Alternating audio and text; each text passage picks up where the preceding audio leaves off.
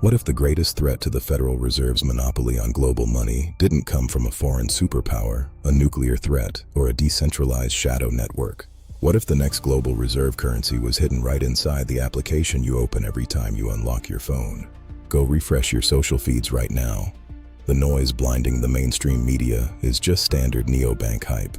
You've got commentators and tech bloggers shouting from the rooftops, "Look at the rollout of X Money." The Everything app has officially secured money transmitter licenses across more than 40 US states. It's rolling out an internal beta with direct deposit, a slick all-black debit card, and up to 6% yield on cash balances. It's just a great new app to tip creators or buy subscriptions. They see it as a convenient piece of fintech engineering. But the signal, the cold, operational, and terrifying reality of global monetary hegemony, unveils a silent, high-stakes velvet coup. X Money isn't just trying to replace your bank account. It is stepping directly onto a geopolitical battlefield to wage an existential proxy war against the Federal Reserve's ultimate pet project, central bank digital currencies, or CBDCs. The true battle for the next global reserve currency isn't being fought by politicians signing treaties. It's being fought over user distribution, financial attention, and embedded interface loops. My name is Newell. Welcome back to the Signal and Noise podcast. Before we dismantle the infrastructure of this digital monetary war, take a quick second to hit that like and subscribe button so you stay locked into the real plumbing of this market. Today we deliver a raw, diagnostic breakdown of X Money versus the Fed. We'll dissect how smart cash tags turn social timelines into instant trading floors, explore why sovereign CBDCs completely lost the user experience war, and explain why an embedded social app network might just be the ultimate fortress against state-controlled money. Let's dive in. Let's map out the actual mechanical plumbing of this platform's launch, because the technical design is what gives this network its massive leverage over a central bank database. For years, central banking committees have been holed up in academic groups trying to design retail CBDCs. They built clunky pilots that required users to go completely out of their way to adopt them. Meanwhile, X Money simply bypassed the friction by building a financial layer directly on top of where the global market conversation already happens.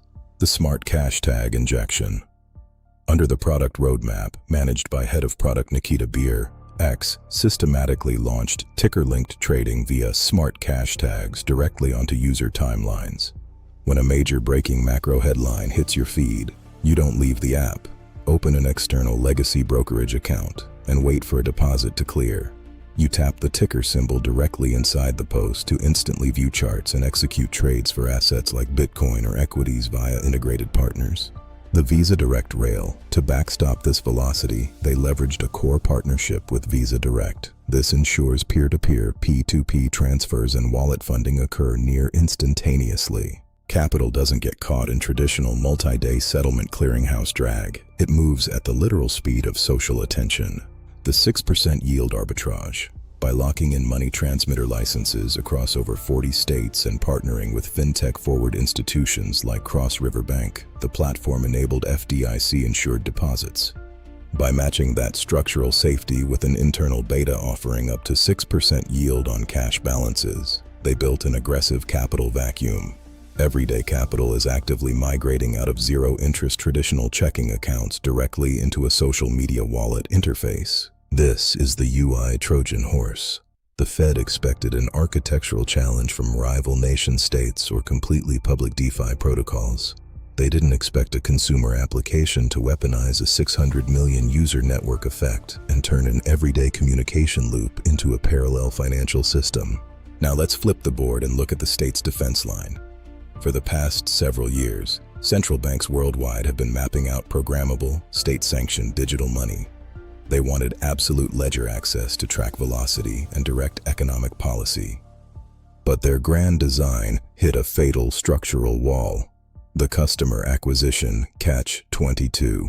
To get a citizen to download a Federal Reserve digital wallet, the state either has to mandate it by law or build a consumer interface so slick it outcompetes modern Silicon Valley neobanks. Central banks are built to manage macro interest rate levers. They are utterly incapable of building viral, sticky user habits.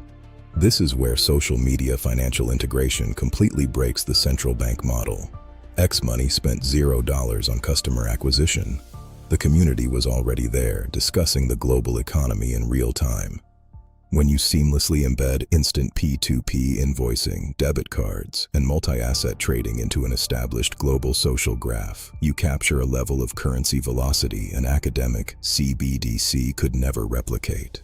While a rigid state-controlled CBDC legally locks you into a single fiat denomination, an app-embedded multi-currency wallet operates as an agnostic bridge. It handles traditional fiat transactions right alongside native digital assets like Bitcoin. The Federal Reserve wanted to build an ironclad digital ecosystem for fiat currency.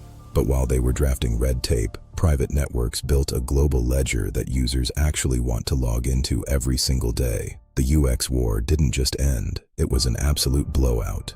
Let's bring it all home to the definitive structural verdict on the proxy battle between sovereign apps and state-controlled digital money. The noise is that social media payments are just a minor fintech feature. The signal is that social media financial integration represents a fundamental structural threat to central bank digital hegemony. By dominating distribution, these applications are building a parallel, privatized global reserve architecture right under the regulators' noses. So what is the professional playbook for navigating this reality? First, stop looking at everything apps as mere communication networks. Second, track how global central banks try to strike back. Watch for aggressive AML regulatory clampdowns. The lines for global reserve dominance have been officially redrawn. It's the central bank ledger versus the embedded social graph. Understand the plumbing or remain the liquidity. Stay sharp, stay focused. We'll see you on the next block.